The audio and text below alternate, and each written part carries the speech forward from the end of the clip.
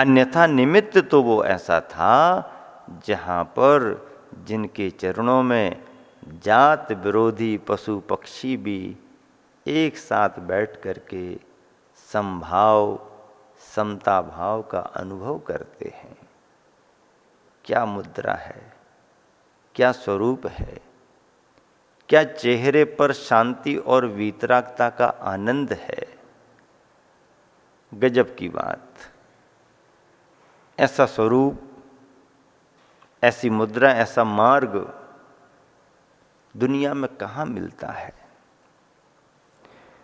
पंच परमेष्टियों को भले ही निमित्त कहा, लेकिन यह निमित्त भव्यात्माओं के कल्याण के लिए प्रशस्त निमित्त है। शास्त्रों में सिद्धांत की दृष्टि से यह कहा गया कि निमित्त की अपनी भूमिका है। कार्य तो उपादान के जागने पर होता है, तो ये सच्चाई है, इसे स्वीकार करना पड़ेगा। उपादान तुम्हारा सोया हुआ होगा तो अच्छा निमित्त भी कोई काम नहीं करेगा, और उपादान तुम्हारा जागा हुआ है तो छोटा निमित्त भी तुम्हारे लिए फलदायी हो सकता है। देखो, आदिनाथ भगवान का समोसरण लगा। भरत चक्रवर्ती का पुत्र मरीचि था, तीर्थंकर आदिनाथ भगवान का पोता, महाराजा आदिनाथ का पोता, चक्रवर्ती का बेटा। अब तीर्थंकर आदिनाथ भगवान के समोसरण में वो जीव था, पर उस समय उसका उपादान यूं मान करके चलो कि सोया हुआ था, इसलिए उसका कल्याण नहीं हुआ। तीर्थंकर भगवान जैसा निमित्त, समोसरण जैसा वातावरण भी उसके कल्याण में कारण नहीं बन पाया। और वही जीव संसार परिभ्रमण करते करते करते करते पर्याय से पर्यायांतर होते होते पर्याय बदलते बदलते बदलते बदलते और अंत में तीर्थंकर बनने के 10 भव पहले सिंह बना हुआ है। क्षुधा निवृत्ति के लिए हिरण का शिकार किया है, भक्षण के कार्य में लगा हुआ है, और आकाश मार्ग से निकलते हुए चारण रिद्धिधारी मुनिराज सिंह के सामने जाकर के खड़े हो जाते हैं।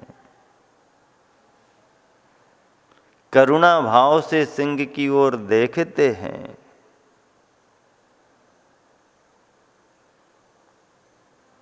करुणा की वो मूर्ति जैसे ही सिंह को दिखी,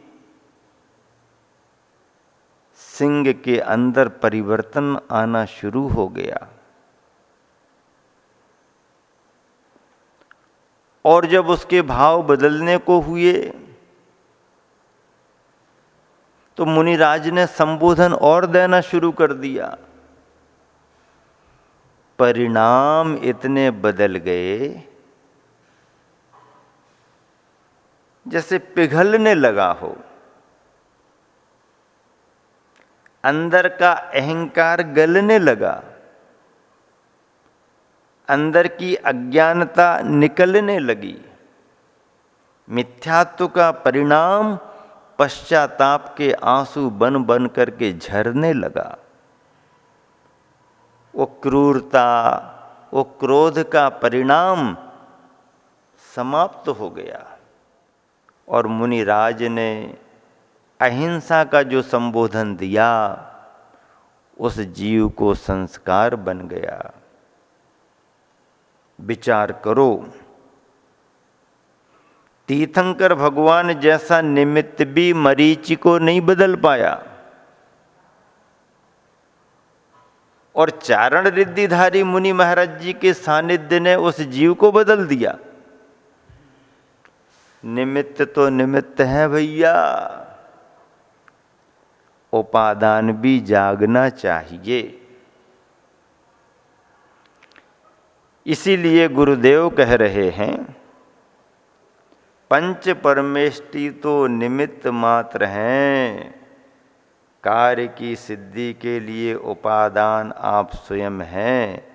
अपनी शक्ति की ओर दृष्टिपात करो, उसी से कल्याण होने वाला है, उसी से कल्याण होने वाला है। पारस मणि के स्पर्श से लोहा भी सोना बन जाता है। क्या कहा?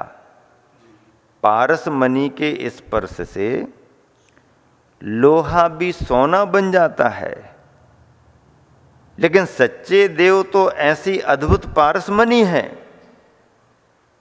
सच्चे देव तो ऐसी अद्भुत पारस मणि है जो अपने स्पर्श से लोहे को सोना तो क्या, पारस मणि ही बना देते हैं। पारस मणि का स्पर्श लोहे को मिले तो लोहा सोना बन जाता, लेकिन सच्चे देव तो ऐसी अद्भुत पारस मणि है जो अपने स्पर्श से लोहे को सोना तो क्या, सोना तो यूं बन जाता है, अरे बल्कि लोहे को पारसमणि ही बना देते हैं। बहुत बड़ी बात है। पारसमणि लोहे को पारसमणि बना दे, बहुत बड़ी बात है। लोहे को सोना तो कोई भी पारसमणि बनाती है, लेकिन ऐसी कौन सी पारसमणि है जो लोहे को पारसमणि बनाती है? तो वो भगवान है। भगवान का स्पर्श भव्यात्मा रूपी लोहे को पारसमणि बना देता है। यही तो गुरुदेव की भी महिमा होती है। शरण में आए हुए साधारण से शिष्य को शरण दे करके एक दिन अपने समान, अपने स्वरूप के अनुसार बना लेते हैं। जिस प्रकार लौकिक क्षेत्र में आई समस्याओं को पंचायत की साक्षी में सुलझाया जाता है, जिस प्रकार लौकिक क्षेत्र में आई समस्याओं को पंचायत की साक्षी में सुलझाया जाता है, ठीक उसी प्रकार परमार्थ के क्षेत्र में पंच परमेष्टि रूपी पंचायत की साक्षी पूर्वक अपनी समस्याओं को सुलझाया जाता है। बाहर की सामाजिक समस्याओं को सुलझाने के लिए बाहरी पंचायत, और परमार्थ के क्षेत्र में जीवन की समस्याओं को सुलझाने के लिए पंच परमेष्टि की पंचायत है। पंच परमेष्टि की पंचायत से बड़ी और कोई दूसरी पंचायत नहीं। स्थायी पंचायत है, उसमें चुनाव की व्यवस्था नहीं है, उसमें कार्यकाल सीमित नहीं है। एक बार उस पद पर पहुंच गया, बस 3 साल 5 साल की बात नहीं। 3 साल 5 साल के कार्यकाल तुम्हारी समाज की पंचायतों में होते हैं। समाज की पंचायतों में, कमेटियों में 3 साल 5 साल करते हो। मोक्ष मार्ग की पंचायत तो ऐसी पंचायत है, परमार्थ की पंचायत तो ऐसी पंचायत है, ये स्थायी, बदलने का कोई काम नहीं। एक बार जो उसमें चला गया, बस स्थायी सदस्य। देश दुनिया में संस्थाएं बनती हैं, पावर दिए जाते हैं, पहले अस्थाई सदस्य बनते हैं, फिर स्थायी सदस्य बनाए जाते हैं। महाशक्तियों के रूप में, वीटो पावर का उपयोग करने के रूप में भारत भी होड़ में लगा हुआ है।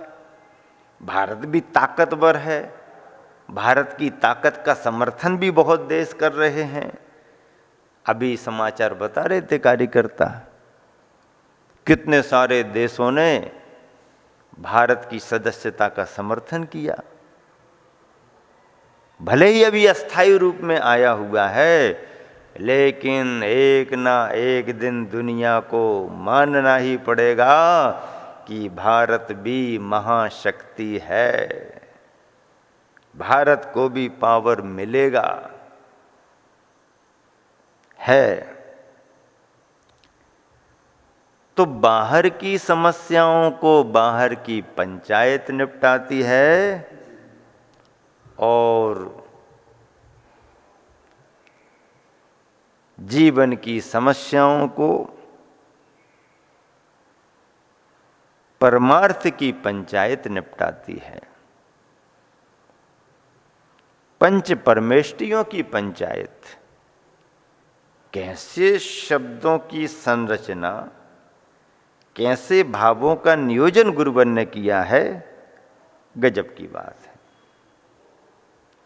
इस पृष्ठ पर गुरुवर आचार्य श्री का एक दोहा भी है, दीन दयाल प्रभु रहे करुणा के अवतार। दीन दयाल प्रभु रहे करुणा के अवतार, नाथ अनाथों के रहे तार सको तो तार। नाथ अनाथों के रहे तार सको तो तार। दीन दयाल प्रभु रहे करुणा के अवतार। प्रभु करुणा के अवतार हैं, दीन दयाल हैं, दीनों पर दया करने वाले हैं, अनाथों के नाथ हैं। ऐसे अनाथों के नाथ हम दीनों को तार सको तो तार, पार लगा दो, उस पार ले चलो। भगवान की भक्ति ऐसे ही होती है। अपने में जब तक लघुता का बोध नहीं होगा, आप भगवान की भक्ति नहीं कर सकते हैं। और अपने में जब तक प्रभुता का बोध नहीं होगा, तो आप अध्यात्म का आनंद नहीं ले सकते हैं। अध्यात्म पाने के लिए आपको अपने विराट अस्तित्व का बोध करना पड़ेगा। और पंच परमेष्टियों की भक्ति करने के लिए आपके मन में लघुता का बोध होना जरूरी है, विनम्र होना जरूरी है। अपने को छोटा जब तक नहीं मानोगे, तब तक तुम्हारे जीवन में बड़प्पन नहीं आ पाएगा। सम्मान देना सीखो, तुम्हें स्वयं सम्मान मिलेगा। अरे दूसरे के माथे पर तिलक लगाना शुरू तो करो, तुम्हारी अंगुली स्वयं सुगंधित होना शुरू कर देगी। हम किसी को तिलक लगाना नहीं चाहते, तो तुम्हारी अंगुलियां सुगंधित कैसे होंगी? मेहंदी पीसने वालों के हाथ अपने आप रच जाते हैं। मेहनत तो करो, दूसरे को सम्मान देना तो शुरू करो, लगाओ तो किसी को तिलक। हालांकि आजकल लोग तिलक लगवाने के आदी भी बहुत हो गए। लगाने वाला भी सोचने लगता कितने लोगों को तिलक लगाएं भाई। तिलक लगाने के भी आदी हो गए, तिलक लगवाने के भी आदी हो गए। लेकिन व्यक्तित्व का सम्मान जरूरी है, कार्यकर्ता का सम्मान बहुत जरूरी है। यदि हम कार्यकर्ता को प्रोत्साहित नहीं करेंगे, तो कार्यकर्ताओं का अभाव हो जाएगा। और कार्यकर्ताओं का अभाव हो जाए तो समाज की संयोजना नहीं होगी। 1000 आदमी सुनते हैं, एक आदमी लिखता है। और एक आदमी लिखता है तो कई 1000 आदमी पढ़ते हैं। कितना बड़ा फर्क है। 1000 आदमी सुनते हैं, उनमें एक आदमी लिखता है, और उसने लिख कर के जो भी पेपर को दिया और पेपर में आया तो एक व्यक्ति का लिखा हुआ कई 1000 आदमी पढ़ते हैं। सागर में हम लोग थे, 1997 का चातुर्मास था, पर्वराज पर्यूषण 10 लक्षण महापर्व नमक मंडी कटरा से संपन्न हुआ था। बड़ी बड़ी जनसभाएं होती थी। रविवारी एक जनसभा में मुख्य अतिथि के रूप में एक प्रबुद्ध विचारक, पढ़े लिखे सरदार जी को आमंत्रित किया गया था। वो समाज से परिचित थे, अन्य समुदाय के भी विचारक लोग थे। जब उनका नंबर आया तो उन्होंने एक बात रखी समाज के सामने। बोले, भाई मैं तो जन्म से जैन नहीं हूँ, इसलिए मैं गुरुदेव के पास नहीं आ पाता हूँ। आप लोग भाग्यशाली हो, आपको ऐसे महान गुरु मिले हैं और आप रोज आते हैं, रोज दर्शन करते हैं। पर उन्होंने कहा कि आप अपने गुरुदेव के रोज दर्शन करते हो और मैं आपके गुरुदेव को, इन गुरुदेव को रोज पढ़ता हूँ। आप दर्शन करते हैं, आप सुनते हैं, मैं इनको रोज पढ़ता हूँ। लोगों को समझ में नहीं आया। फिर उन्होंने कहा, ऐसे मैं पढ़ता हूँ कि यहाँ जो भी तुम्हारे महाराज जी बोलते हैं वह पेपर में जाता है और पेपर जैन जैनेतर सबके घरों में बढ़ता है। मैं प्रतिदिन सबसे पहले ये देखता हूँ कि सागर में विराजमान मुनि श्री ने आज क्या कहा, और मैं उसकी कटिंग निकाल करके रख लेता हूँ। तब मुझे लगा कि एक व्यक्ति की लगन, एक व्यक्ति की मेहनत शहर में कितना बड़ा रंग लाती है। शहर में ही नहीं, आसपास के इलाके में कितना बड़ा रंग लाती है। और उस मेहनत से जितने लोग लाभान्वित होते हैं, उनकी भावनाओं का पुण्य उसके खाते में अपने आप चला जाता है।